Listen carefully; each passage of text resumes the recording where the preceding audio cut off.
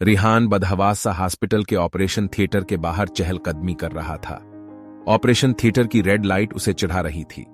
पिछले 3 घंटे से सौम्या ऑपरेशन थिएटर के अंदर थी। अकेले रिहान की घबराहट बढ़ती ही जा रही थी।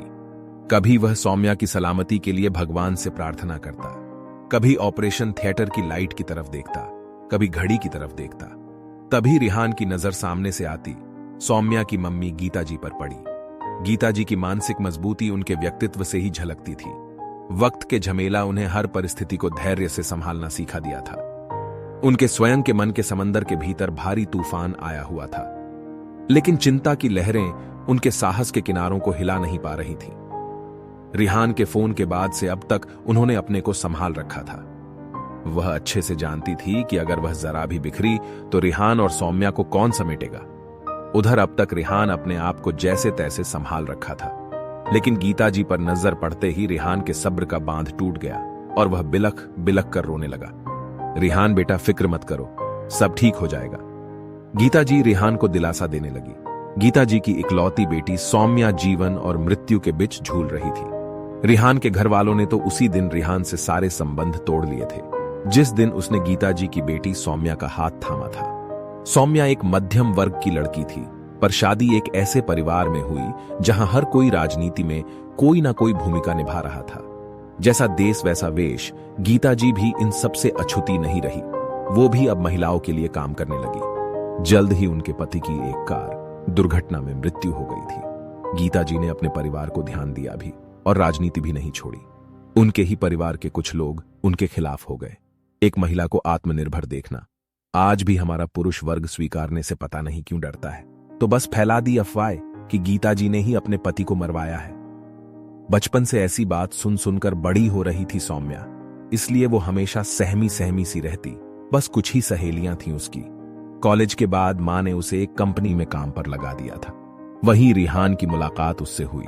वो कभी किसी से ज्यादा बात नहीं करती। कंपनी के किसी कार्यक्रम में भाग लेना तो दूर, वो शामिल तक नहीं होती। एक प्रोजेक्ट में दोनों को काम करने का अवसर मिला, तब रिहान जान पाया वो कौन है और कैसी है। काफी वक्त लगा, पर फिर वो रिहान के साथ थोड़ा खुलकर बातें करने लगी और फिर पता चला वो ऐसी क्यों है। दोनों को एक दूसरे का साथ अच्छा लगने लगा। रिहान ने तो मन में तय कर लिया था सौम्या का जीवन भर साथ देना है। दोनों साथ में वक्त बिताने लगे। रिहान के घर वालों को पता चल गया। पहले उन्हें सौम्या अच्छी लगती, पर जैसे ही मालूम हुआ कि वो गीता जी की बेटी है, बस सब नाराज हो गए। गीता जी की राजनीति से कोई लेना देना नहीं था रिहान का, उसे बस सौम्या का साथ चाहिए था। घर वाले नहीं माने। गीता जी को रिहान पसंद था तो करवा दी दोनों की शादी। एक बार रिहान के घर का कुछ काम चालू था तो सौम्या के साथ गीता जी के घर रहने लगे। उस वक्त रोहन गीता जी को ठीक से जान पाया। वो आत्मनिर्भर तो थी ही, पर स्वावलंबी, स्वतंत्र विचारों वाली, दूरदर्शी और दृढ़ निश्चयी महिला थी। जो उनके साथ काम कर रहे थे सभी खुश थे उनसे। अक्सर राजनीति में लोग पीठ पीछे बुराई करते मिलते हैं, या फिर परिवारों के अन्य सदस्यों को आपस में एक दूसरे के खिलाफ भड़काने की कोशिश, पर यहां ऐसा कुछ नहीं था। वैसे ये तो आजकल आम लोग भी बहुत करते हैं। गीता जी बस समाज के लिए काम और काम करती रहती और सबसे यही कहती, आप अपना वक्त व्यर्थ की बातों में न लगाएं। इसके बाद रिहान के मन में गीता जी के प्रति और भी सम्मान बढ़ गया। सौम्या अब रिहान के साथ खुश थी। पहले जैसी सहमी सी नहीं रहती, बल्कि खुलकर जीने लगी थी। वो अब लोगों से मिलने से नहीं कतराती। दोस्त भी बना लिए बहुत सारे। रिहान का ऑफिस में काम ज्यादा था। सौम्या का बर्थडे था। सौम्या अपने कुछ दोस्तों के साथ चली गई पार्टी करने। वापस घर आ रही थी तभी उसकी गाड़ी का एक्सीडेंट हो गया। रिहान भी ऑफिस से जैसे भागा भागा पहुंचा अस्पताल। अब गीता जी के पास बैठ रो रहा है।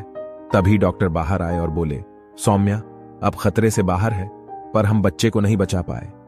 रोहन को तो पता भी नहीं था, पर वो सौम्या से मिलना चाहता है। डॉक्टर उसे कहते हैं कुछ वक्त लगेगा उसे होश में आने के लिए, तब तक आप बस उसे दूर से देख सकते हैं। सौम्या और रिहान का खूब ध्यान रखती है गीता जी। सौम्या होश में आने पर बताती है कि वो उस दिन पार्टी करने जाने वाली थी, पर उसे डॉक्टर के पास जाना पड़ा क्योंकि उसे लगा था वो मां बनने वाली है। और उसी खुशी में गुम कब एक्सीडेंट हो गया पता ही नहीं चला। सबको दुख तो होता है, पर सौम्या ठीक है, इस बात की सभी को संतुष्टि भी है। इस बीच रिहान ने अपने पिता से भी बात की थी। वो डर गया था जब सौम्या अस्पताल में थी। पहली बार रिहान के माता पिता रिहान और सौम्या के साथ रहने आते हैं। सौम्या अभी कमजोर है तो रिहान की माँ उसका खूब ध्यान रखती है, मानो अपनी बेटी ही हो। कई सालों बाद रिहान और सौम्या को खुशी हो रही थी कि रिहान के परिवार ने उन्हें अपना लिया और गीता जी से भी अब उन्हें कोई शिकायत नहीं थी। इतने वक्त में उन्हें यह तो पता चल ही गया था कि गीता जी एक आदर्श महिला और माँ है, पर दुनिया से और खासकर राजनीति में अपने को बचाए रखने के लिए कुछ अलग रंग भी ओढ़ रखे हैं। और गीता जी तो रिहान से खुश थी ही, क्योंकि रिहान की वजह से सौम्या खुलकर जी रही है। वो अपने जीवन से जानती थी कि एक सच्चे साथी का प्यार वो दे सकता है जो मां बाप चाहकर भी नहीं दे सकते। उन्हें भी तो वो हौसला अपने पति से ही मिला था। उनके साथ बिताए कुछ साल कितना बदलाव कर गए थे गीता जी के जीवन में। जीवन साथी शब्द ने अपना अर्थ सार्थक कर दिया था, उनके अस्तित्व में जीवन भर दिया था साथ निभाकर। दोस्तों, इस कहानी को आखिरी तक सुनने के लिए धन्यवाद। ये कहानी आपको अच्छी लगी हो तो प्लीज हमें कमेंट करना ना भूलें और इसी तरह की कहानी सुनने के लिए हमारे चैनल को सब्सक्राइब जरूर करें।